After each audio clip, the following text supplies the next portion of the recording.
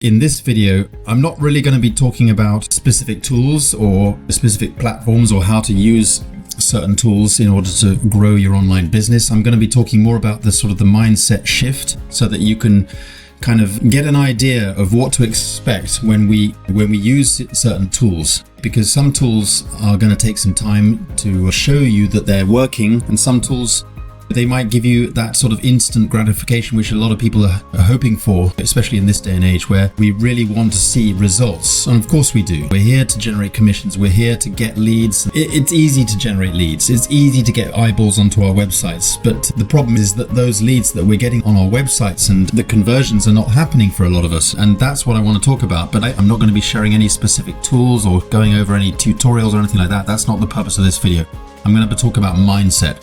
So it's that shift in thinking what to expect. How long should I be focused on this particular tool before expecting to see results? What do I really hope to get out of doing or using the tools that I often recommend? And I want to do a little bit of a background about me. And for those of you who are brand new to my channel, I generally preach a lot about building a mailing list, setting up funnels and lead generation, getting eyeballs onto your website. And I know that there's a certain amount of controversial attitude about this. Some leaders frown upon what we do, but at the end of the day, I think we've all got to understand we need a list. Whether we see that list as being 100 names on your piece of paper, like in the old school network marketing days, we had to write a list of 100 names and we had to call those leads up. And that's the core essence of what we're doing here. We are building a list.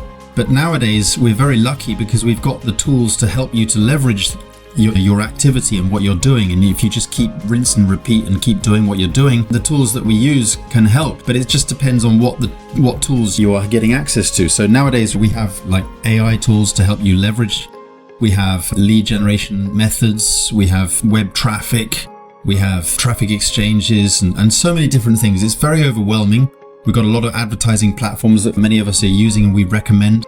And it's always difficult when we get a pitch from someone. They said, check out this great advertising platform. The first thing you want to ask is, we don't always ask these questions. We want to ask, what are the results you're getting? How's it doing for you? But we also want to consider, especially with new advertising platforms and new tools, we want to get to a point where we think that, am I going to be spending a lot of money month after month and really feeling that there's no results? So that doesn't always help, because we do get frustrated.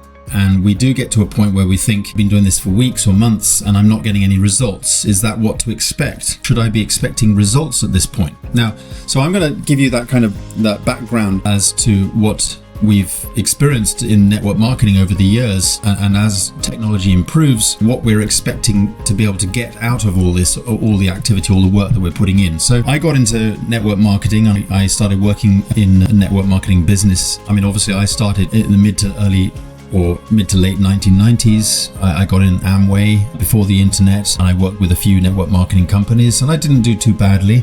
And then after the internet came, I got into more different types of online businesses in network marketing, and not a lot had changed in terms of the core essence of what we're doing here. We're just trying to connect with people. We're trying to prospect. We want to get more and more people to see our offer. That's really what we're trying to do here. But the good news is that as the internet came, we got access to more tools. We didn't just have to use the telephone like we used to back in the 1990s or earlier. Some of you have been doing this for a longer period of time.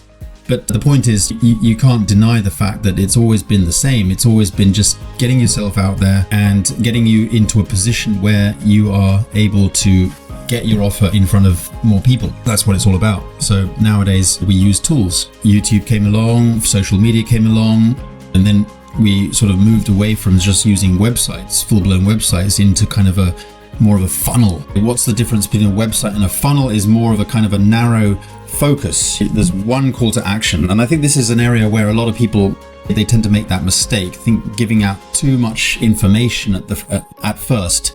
The whole point of a funnel is it gives you just one action step. It's not to get that sign up. It's not necessarily to get even that lead yet. I mean, obviously we hope that we're going to get that lead, but what we want, even if it's just me sending out an email, just so that I can get that one single click. Once they're on the website or on the lead capture page, then great. That's when they take the next step, and I hope that I'm going to be able to get their email address. Once I've got their email address, then the next step would be they're on my email address, on my mailing list, and I want to send the first email. I want to send the second email and the third email. I want them to stay on the mailing list, so hopefully gradually we will nurture them. And then this whole process starts to automate, which is good. This is a big step from the old school network marketing where we would just have to call them up, talk to them, or prospect or whatever, out in the mall, on the street or whatever. But now we've got some great tools that we can use. I've always said to people, build a mailing list. So when I get to a point where I got a mailing list of tens of thousands or hundreds of thousands of people on my mailing list in different systems or sources, then obviously when I send out a mailing list and I send out one email to broadcast, I can get myself high up on the leaderboard quickly because I can get people in. Is that cheating? Of course it's not, because I've been telling people to do this over the years, and I got back in the industry in 2015, and I've said this a lot on my channel. When I got back in, I knew that one thing was going to be for sure, that I was going to do this right. I was going to be building systems. I was going to simply just keep doing those things, and think that it hasn't changed. AI has come along, it's just helped with leverage. A lot of tech tools have come along, and I've gradually learned how to use and improve my process, but the core essence has not changed. I still use the mailing list system. I use email automated follow-ups. And I remember back in 2015, I used to get messages from people, oh, I'm a newbie, what should I be doing, what should I focus on? And the same response I gave them then as I do now, I say, build your mailing list, keep doing it. I use platforms like Lead that allow me to build pages, and these pages are called, for example, lead capture pages. They are basically allowing you to put your email address and or name on the page, and you've been on these pages before, you put your information there, then you get that sort of more information. That's what it's all about. So I've been doing this for years, and more people get onto my mailing list because I just keep putting out ads. I keep putting banner ads out there. I keep every now and then, I actually, more often than you think, I actually spend quite a bit of money on solo ads and web traffic. Obviously I do social media and I do YouTube, and guys, if you're doing just one or two things, great. I mean, but honestly, I think that if you're satisfied with the process of building up those follow-ups, then great. But I've always sort of focused on multiple areas and just focused what I can focus on. I mean, I do suffer from ADHD, but therefore I just focus on what I can handle. So yes, I do social media, but I was never always on social media. Back in 2015, I said to myself, I don't want to touch social media. Too overwhelming. But now I do it. Gradually, you will get wider. You'll get a wider audience. You'll begin to feel comfortable about using more and more tools. People say to me, I don't want to get my face out there. I don't want to use YouTube. I mean, there are a lot of things I don't really want to do because I am actually quite shy. I'm an introvert, but I did it anyway. And if I think back at the beginning when we started network marketing, or in my case, it was in the sort of the mid 1990s, all we had was the phone. You couldn't turn to your upline and say, I don't like using the phone. It's just not my style. Well, you might as well give up at network marketing completely because that's the only tool we had. But nowadays you are spoiled for choice. But I think that video is probably the easiest, far easier than telephone calling, because that's all we had back then, but video is easier. And nowadays we can use AI tools to leverage that, make it easier. People talk about faceless videos, and that doesn't necessarily mean it has to be AI slop. There are tools like HeyGen that you can set up an avatar. But I would honestly lean towards trying to get yourself out there a little bit, because it really does help. People do check out who they want to get sponsored by. People are sponsor shopping, and I don't frown upon that. I don't blame it. I think they should. I actually sponsor shop because I want to be sponsored by someone who is responsible. When someone just jumps ship every now and then, every week or every month or whatever, and I feel, I mean, honestly, I don't need a lot of support. And that's not just because of who I am and what I've been able to build up. Everyone started from zero, myself included, but I'm just always that kind of person who doesn't necessarily need someone to depend on. I'm not the kind of person who thinks if my sponsor quits, then I'm going to quit. That, of course not. My success has nothing to do with what my sponsor does. So if my sponsor quits, well, that's up to them, but I'm still going to make it happen or whatever. But the point is, I want to be under someone who's responsible. Yeah, but no pressure, obviously, but I still want to, I do sponsor shop. And I think sponsor shopping is important. So if you are someone who feels that maybe they're not really very responsible and you're not showing yourself or you're not branding yourself, or you're not getting yourself out there, or you do it your way, but at the end of the day, people are watching you. And that's why people sponsor shop, just so that bear that in mind. So I think the expectation is people don't have enough stickability. They don't have enough responsibility for their actions. When they decide to join an opportunity, they need to see it through before jumping into another thing all of a sudden. But yes, we all have multiple streams of income. I think that momentum builds from being consistent and keeping things going. So that's why I set up MLM Lead Pro, because I felt that MLM Lead Pro is a great place that everything that I'm passionate about, I put in one place, and then I focus on put lead generation to that link when I'm doing social media, YouTube, and so that everything can get promoted within that hub.